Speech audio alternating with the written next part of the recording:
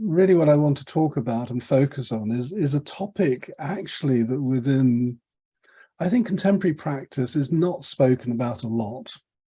It's rather sort of poor relation to actually what I should imagine the majority of you come for on a day like this, which is meditation.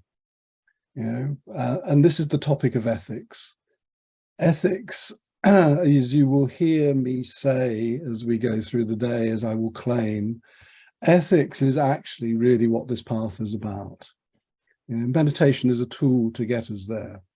It's something that supports that day-to-day living. I recently, I'm going to do a series of talks for Bodhi College later on in the year. And I entitled it, and it could have been the title for today, How to Live, What to Do. And that would be the title, How to Live, What to Do. Those are the two fundamental questions I think most of us have existentially about the ways that we live our lives. If anything, this path that we call Buddhism, I'm always hesitant. I have sort of qualms about that word Buddhism. But this path that we call Buddhism, if it's about anything, it's about living life in as noble a way as possible. The actual path itself, you will see, for example, there's the Eightfold Path, which is generally prefixed with the Noble Atangaka Magga, which is, the Noble Eightfold Path. The same is true of the so-called Four Noble Truths. In both cases, what we've got is not so much noble as a noun, but as a verb. Something that we do, something that we engage in, something that we're ennobled by. The question I think we all have to ask ourselves, and I hopefully will generate some questions during the day, during the talking parts of the day. Obviously, there is going to be a lot of sitting practice, but during the talking parts of the day, I want to sort of leave you with some questions about the ways that we live our lives.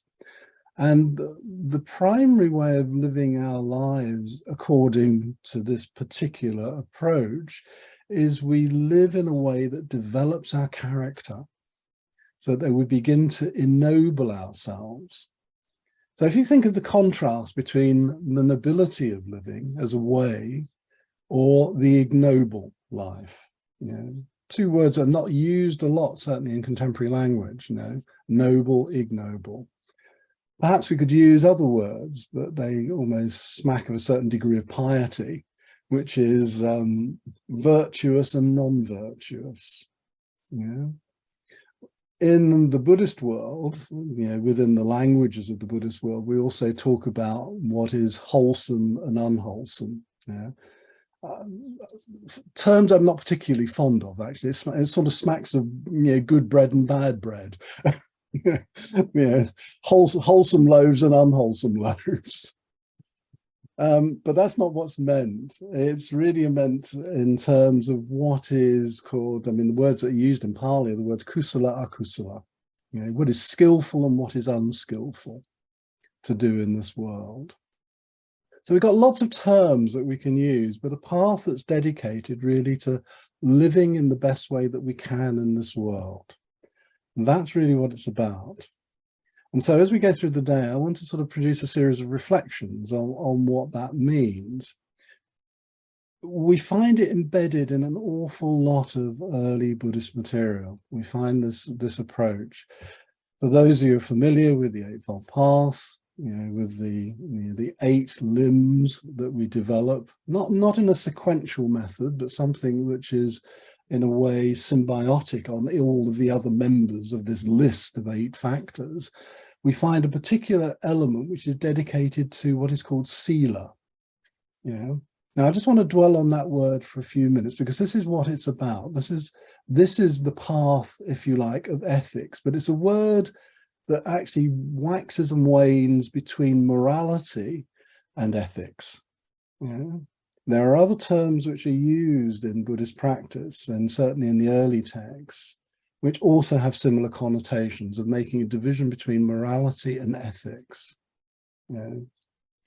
Morality being the realm, if you like, of behavior with others, the ways that we engage with others in a way, in a sense that doesn't upset others. You know, we make within our societies, whatever that society may be, we make, in a sense, rules by which we live. You know, ways that we live where we don't get on each other's nerves so much. You know, where we can live in some degree of harmony as a society. This is the realm of morals. You know, it's important, but it's not the primary domain. The primary domain is how we develop our ethical character. And in a way that goes right back to the original meaning, certainly, of the word that we use in English, of the word ethics, which develops from the Greek term ethos, which actually meant character. You know, you developed virtues in your life, ways of living, ways of behaving, that actually formed and shaped who you were, your character. Yeah. So this is why it's important, because if we live, and let's have a sort of slight hypothetical here, if we lived in total subservience to reactivity, to habit, to not thinking about what we're doing, then that obviously over the course of a lifetime will shape who you are. It will shape your relationships. It will shape your engagement with the world. Yeah. So we're talking much more about this sense of the ways that we develop our character through the ways that we behave.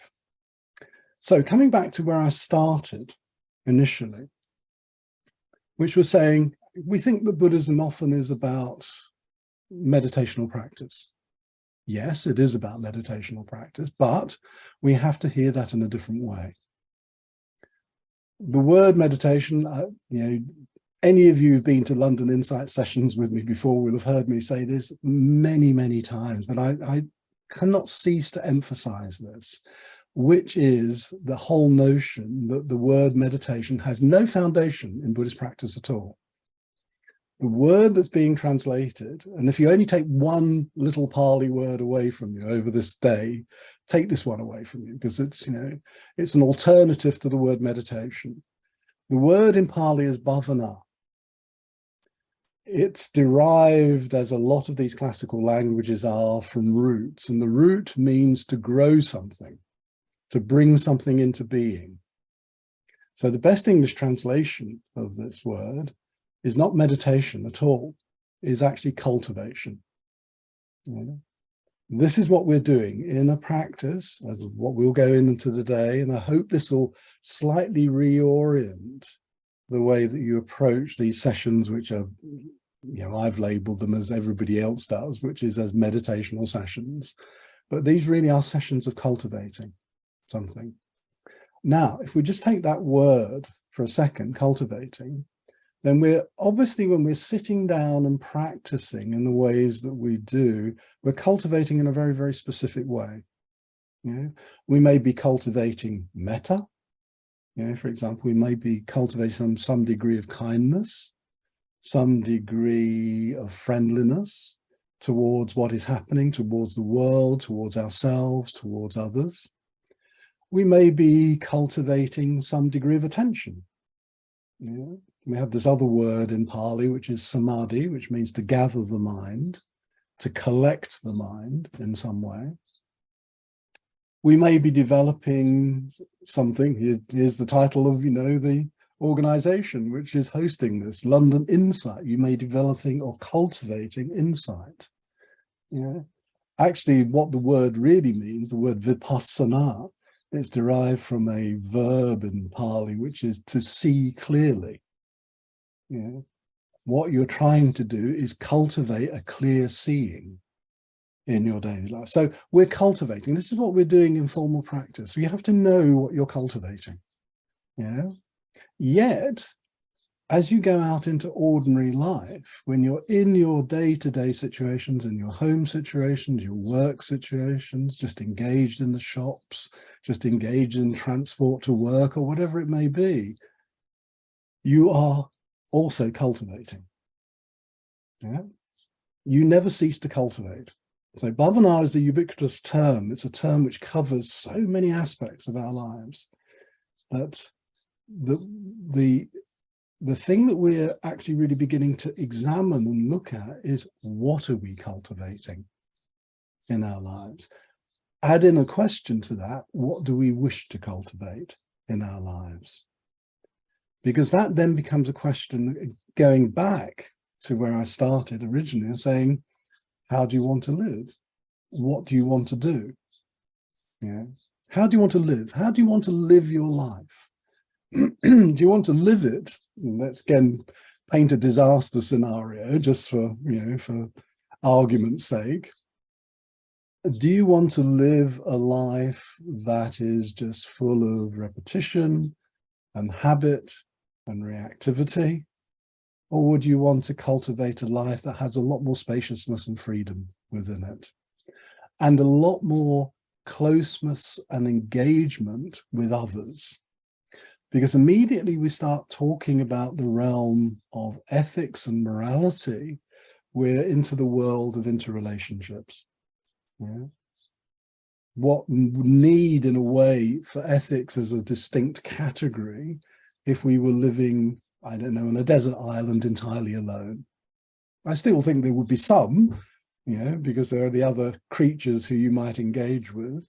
But in terms of, human society, we probably wouldn't speak about ethics so much. So the moment we start to speak of ethos, developing ways of living, developing characters, beginning to look at our reactivities, then we're talking about being in the realm with others, being in a world with others. And this is what we're beginning to really examine and take on board. So, cultivation, we're doing it, and we can, all the time, and we can do it in very specific ways. The Buddhist path, this path, let's just call it the path. Yeah. The path that we're speaking about is a path to developing ways of living which are harmonious, have some degree of freedom, and also engage with others, human others and non-human others. And I think this is really important, seeing what's going on in the world, in ways which are not destructive and not harmful. Yeah. I mean, this is a really big question. Last year, I was teaching a retreat in Ireland, and it was during a really, really hot period. Yeah. I remember just before I went to Ireland, I picked up a newspaper, and there's a photograph in the newspaper, right on the front page, actually, of the newspaper, which was somebody walking through what looked like a desert. Everything was sand colored, and it had a caption underneath saying, "Somebody strolling through Hyde Park." You probably all remember, I mean, it's not that long ago, how burnt everything was. And never did it strike me more forcibly than when I went to Ireland. I was teaching the retreat, and actually the temperatures even in Ireland, which were unheard of. I mean, I was teaching in a little place in the center of Ireland, and I think the temperature is about 33, 34, which is absolutely unheard of for that. I mean, the Irish loved it. They don't usually get temperatures like this, but it was absolutely unheard of, those sort of temperatures. And it really, really struck me very forcibly that certain words of the Buddha that I'd heard, I've repeated, I've taught so many times, but they hit me in a very, very different way. If you think about what's going on at the moment in, the Eastern Europe, particularly in the Mediterranean basin, these words hopefully will strike you as well, which is everything is burning. Everything is burning. Everything is burning with the fires of greed, aversion, and delusion. Yeah. So if you're talking about the well springs of the unethical, the immoral, then we're talking in Buddhist terms of something called asilabhata, which actually means, the non-skillful, the non-wholesome. And we're talking very specifically about those well springs of behavior: greed, aversion, and delusion or ignorance. Confusion actually is a better term. Yeah. And often that basic confusion is the wellspring for the other two. Yeah. Because for us, I don't know if it strikes you this forcibly, I mean, I can only try and convey it to you, that we actually have ways of living as a question for all of us. You get up in the morning, you have your routines, but still how you go about your day is a question for us. I don't know if you realize this. Every day that we begin, even if it's just mundane things, shall I do this now or shall I do it later? Shall I have a cup of coffee now or shall I have a cup of tea? We have questions throughout the day, which are questions about the ways that we live. Okay, those are not big questions. But when it comes to our engagement with others, when it comes to our engagement in the world, shall I buy this? Shall I use my car? How do I relate to that person who's just been unpleasant to me? These are our day-to-day questions. Now, I can continue, of course, going back to that term I used earlier on, I can continue to cultivate my habits. So when somebody is unpleasant to me, I'm usually unpleasant back to them. When I have a choice of using my car or not using my car, well, I'll go for the easiest option because that's what I do. When it comes to what to buy, my desire for that object takes over rather than, do I really need it? Do I want it? Is it going to make things better? Is it going to help, if you like, the world or not? Fundamental questions start to arise, but I can just rely and cultivate my habits. I don't know if you realize this, how much of the day we spend usually cultivating reactivity for ourselves. Now, what this path is offering as a vision of is doing something differently. Actually beginning to see, the first thing we have to begin to see, of course, is our habits. The poet Rilke once spoke about the habit that moved in and didn't leave. And I don't know if that's how it feels for you sometimes. You think, actually, I don't really want to do this, but I'll just do it anyway because I always do this. So it's sort of teasing away at, first of all, beginning to see our habits, then teasing them out of the tight knot that keeps us constricted into certain ways of being and behavior. So what we're really doing is growing, here's the cultivation word again, growing an awareness that starts to encompass even aspects of the ways that we live that in some ways we might not like, but we have to get clear about them. If we're going to change our behaviors, if we're going to develop our characters, going back to that Greek word ethos, we're going to develop our characters in particular ways, we need to get clear about what we're doing that keeps them fixed in this particular iteration. So we keep on repeating. I think, I've often slightly joked about this, but, from an early Buddhist perspective, I think the Buddha thought that we all had sort of something like obsessive, compulsive behavior, because that's what we do. Even many of the terms that are used in the original language, this early Buddhist language of Pali, actually have that sense of repetition built into them. For example, the word samsara, which many of you will be familiar with. Yeah, literally means to go round in circles. Now, that's taken on a big metaphysical sense of going from birth to death to rebirth to birth to death to rebirth, again and again and again. But what that actually really means is we're trapped in a cycle of repetition. Yeah. This was the original meaning of the term, that we're trapped in a cycle of repetition that keeps us and compels us in some way to do the same or similar things again and again and again and again. Yeah. I don't know if that strikes you, it certainly did me when I first came across this, as being constricting. Yeah. I am compelled to repeat. Yeah. I see an object of desire, I'm there salivating, wanting it. Yeah.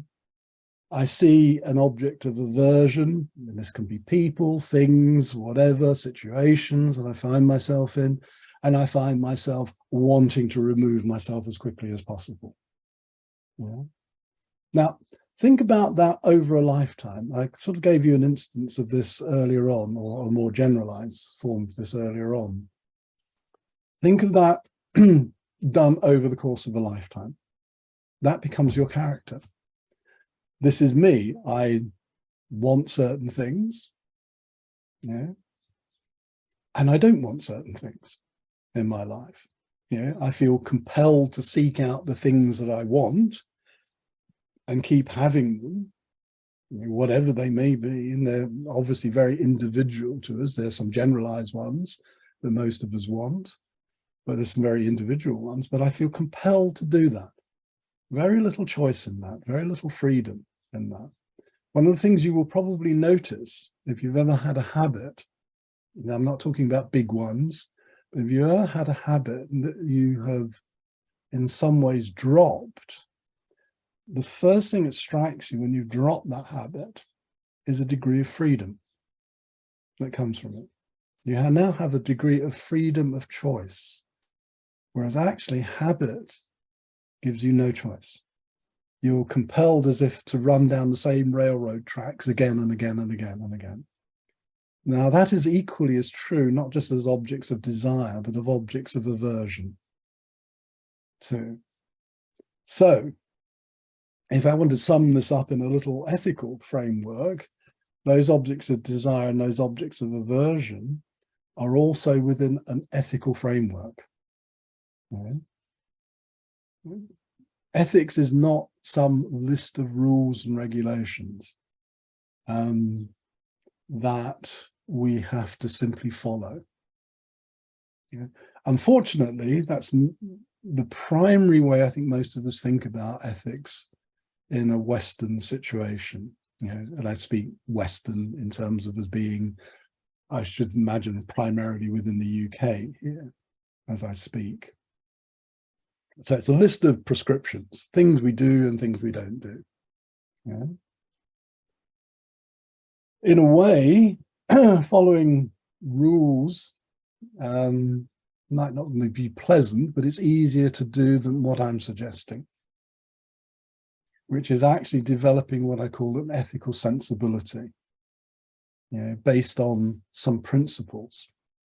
And those principles are actually referred to in Buddhism as Sikkhapadam. That's the word that's used in Pali. Sikha means to learn, to train yourself, something.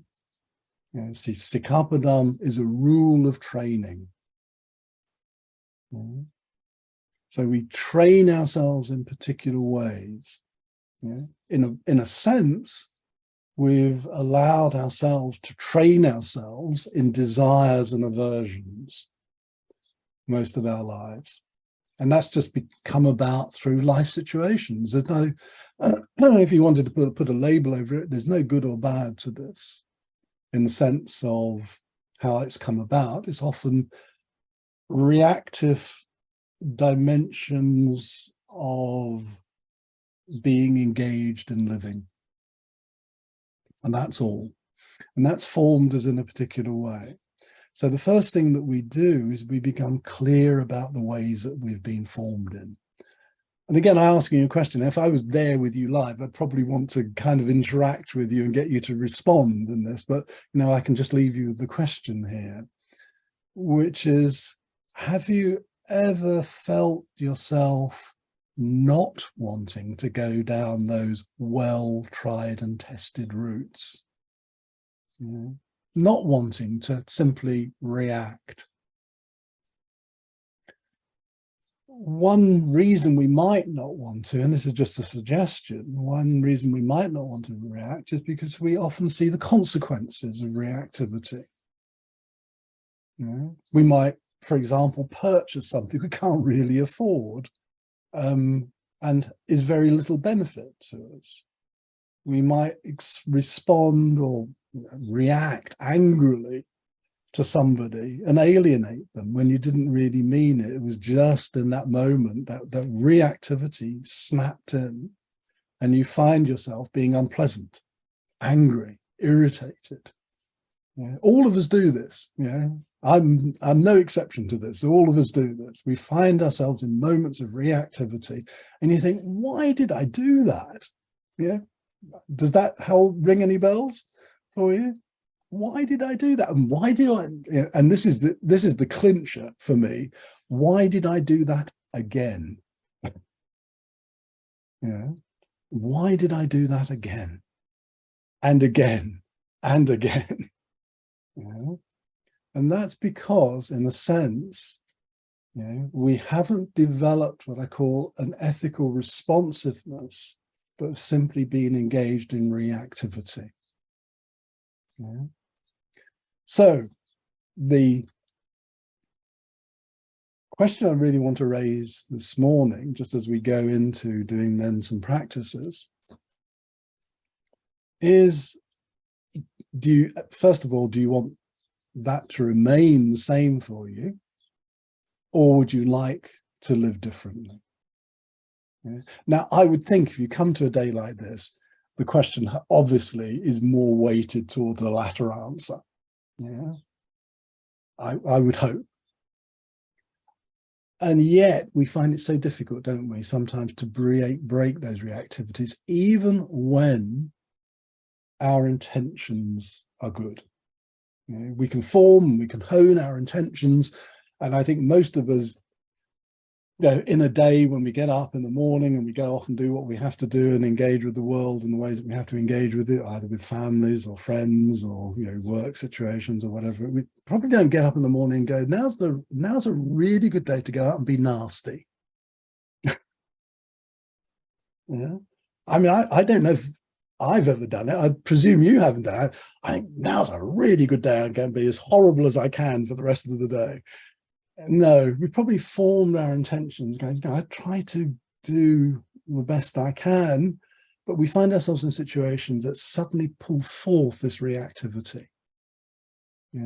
Suddenly, if we find ourselves doing those things that I said, we attach that word again to. We find ourselves doing those things again.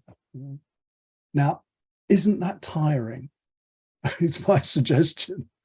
Isn't that sometimes, not using it in a clinical sense, isn't that sometimes depressing that we find ourselves reacting in those ways? What I think and what I'm suggesting is that engaging with the ethical questions of how I want to live and using the tool of awareness practices, contemplative practices, such as we call meditation. I'm not going to avoid the word, as much as I dislike it. I'm not going to avoid that word. We may be able to live in different ways. We may be able to live in much, much more spacious ways, much, much more harmonious ways, and engage with the unfolding of the world as we find it at this moment, which is pretty precarious. I'm sure you're all aware of that. Unless we collectively change our behaviors, cultivate different ways of living, then I'm afraid to say I don't think the world's got much chance of survival in the ways that we know it. Yeah. So this is about a vision. It's about a vision also of the ways that we can possibly live, ways that are far less destructive, far less, as I say, I'm going to use this word again and again so you'll get bored with it, but far less reactive, because it's those reactivities that often lead to the situations in individual ways that we find ourselves, but also collectively, when it's spread large, we find the world is burning. Yeah. Now, that situation, we think, well, it doesn't really matter how much how I behave. It doesn't really make a big impact on the whole. Yes, it does. I think this was the message that the Buddha was saying. Everything you do, every situation you find yourself in is an ethical situation. But then rather than go, the question is, what do I do now? How do I live when I find myself and aware that what I say to you matters, what I do matters, the ways that I think matter. All of this matters. Every aspect of our being in the world, whether, to use a classical formulation, body, speech, and mind matter. So what we need to do is develop awareness, and we bring that awareness to our situations. Awareness is like, at the moment I've got a light in front of me, which is, it's a pretty dingy day, so I've got a light in front of me. It's taking that light and shining it around on aspects of your life. So awareness becomes the light that we shine into those dark recesses of our lives. And we use this word, it's become, it's kind of almost standard now, isn't it? Training courses. I found myself in my latter part of my academic career teaching mindfulness in Oxford. Mindfulness, okay? What's the opposite of mindfulness? Again, I would get a response from you if I was with you live, but in terms of face-to-face. But the opposite of mindfulness is forgetfulness. So we live lives of forgetfulness. Lives that are full of forgetfulness are also full of reactivity. And what we're doing is we're picking up that light of awareness, and beginning to shine it into those recesses of forgetfulness, to illuminate initially what is going on. I often say to people, particularly when they come on retreat, I used to be saying, here's your mantra for the week, or whatever the length of the retreat was. Here's your mantra for the retreat. What's going on? It's a simple question, is what's going on? Now, when you actually wholeheartedly and truthfully engage with that question, because that question is you, it's not an abstract question. That question is, what is going on with you in this situation? Whether it's listening to me at home or being in your work situation, etc., etc. What's going on here? Or what is going on specifically when we come to do these, practice in a few minutes? What is going on in that situation? Do I see little, dark pools of reactivity? Do I see glimpses of some degree of freedom from that reactivity? What do I see? That's the big issue. What do I see? And then I'm using an ocular metaphor. I could use other metaphors related to the other senses as well. What do I hear when I hear the, if you like, the inner voice, the voice of conscience, the voice of something calling to me to behave differently, to be differently in this world? We can use other metaphors as well, but generally it's the ocular metaphor that's one that's used most predominantly. What do I see? What do I hear? Perhaps sometimes, for example, to develop, and this is just one example, to develop a sensibility to what I'm saying, to my speech, requires a deepening of listening. as well.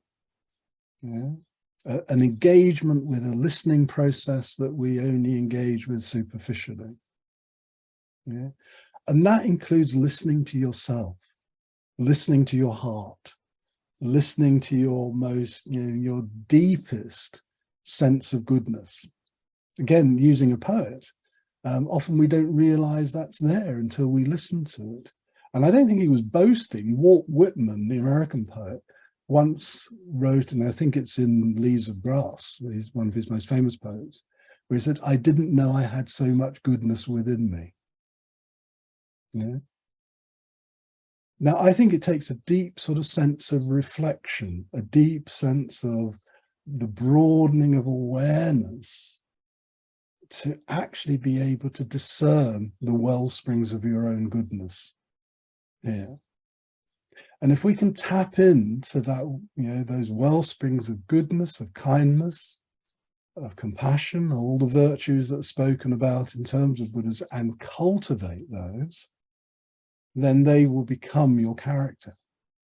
But first we need to shine the light of awareness into seeing what are, if you like, not the good aspects of our character, not with a view to beating ourselves up, that's not what it's about, but also seeing what is there, which is good, which is, to use that word I'm not particularly fond of, wholesome, that which is skillful, that which can develop our lives in a direction that we may really want to go in, rather than simply find ourselves with a life which is taking on a life of its own and is just unfolding through reactivity.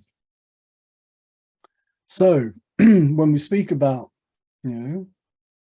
this path, the path that we call Buddhism, instigated by this character who we call the Buddha, we're talking about a path which was really a path of the cultivation of an ethics. He spoke endlessly in the early texts. If ever any of you read the early texts, he spoke endlessly about what it was to be a noble human being in this life. In ancient Indian society, as many of you will know, there was a great stratification of society in terms of purity. Those who considered themselves to be better than others. It was a system which was called the Varna system, which was actually later became the caste system that many of you will know. But it was a stratification in society. So you had people at the top, people at the bottom, and some in between. No different to most societies. The people at the top often behaved and considered themselves to be better than those who are supposedly at the bottom of the pile.